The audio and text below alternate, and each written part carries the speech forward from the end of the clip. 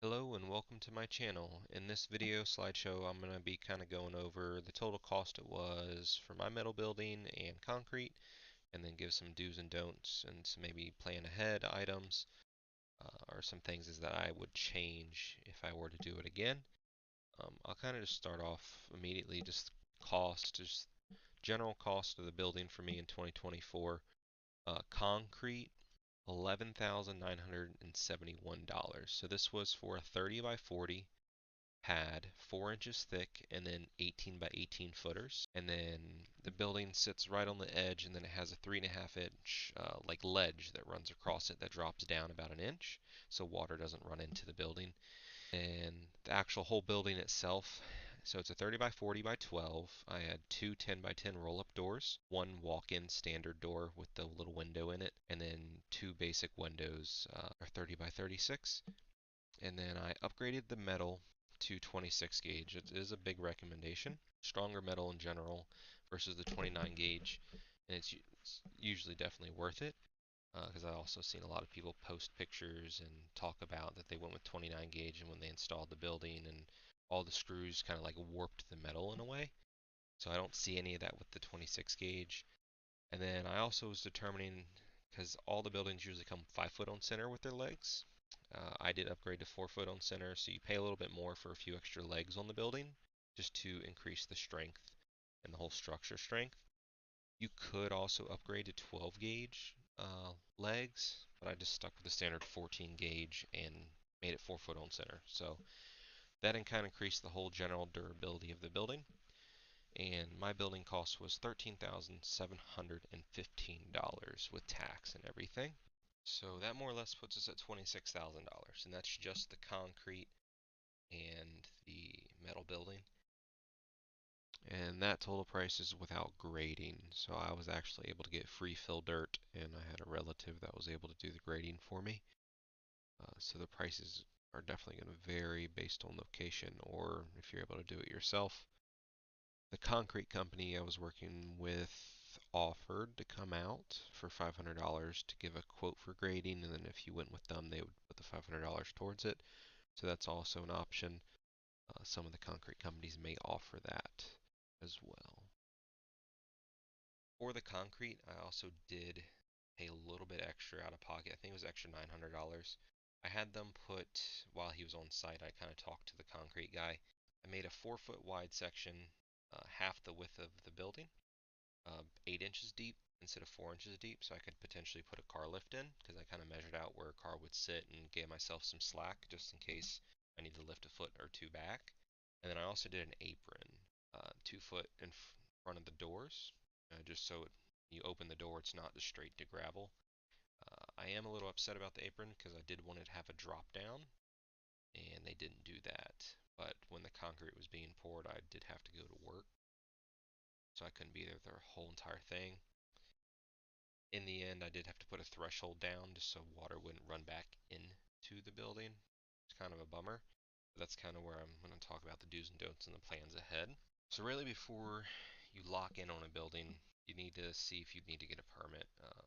And where you live, they may allow certain sizes, or if you're like in an agricultural zone where like a farm use thing, you can probably get away. They're a little bit more lenient. So you do need to check your zoning. In my case, I had to stay 75 foot from the front of my property, and then 25 foot all the way around, so on the left, the right, and the back. So I just kind of picked a good spot. And then mine is kind of close to my well, but I was told to keep a minimum of 10 foot, and I did like 20, 25 foot away from the well. It's because kind of how my driveway curves into it. When you are shopping around, ask everybody for quotes. Just don't always go with the cheapest quote. Uh, and then you want to ask the dealer. So everybody you're talking to is just a dealer. They're just the middleman. They're the office. They have nothing to do with actually the metal building unless they are a manufacturing company.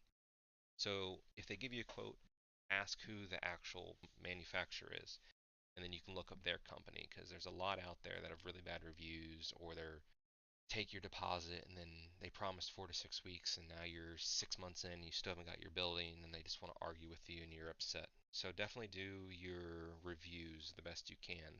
And then for concrete planning, floor drains. you're gonna make it into like a garage. My county actually required me to put one drain in, but I put a trench drain in. It's in my right side bay because I have two bays on it, left and right. The right one has a 16-foot long drain that runs out the back of the building. So I did all that prep with the dirt before the concrete was poured, and then when the concrete guys came out, they just kind of covered up the drain, make sure no concrete got in it, and then poured around it and kind of made everything level the best they could.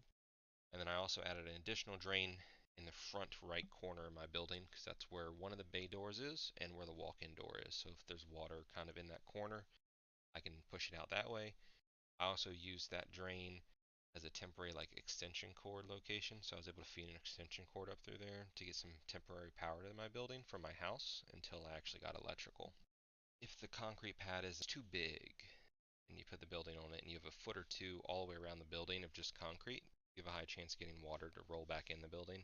I usually just recommend getting the exact size. If that is the case where you want the concrete bigger, that's not a problem.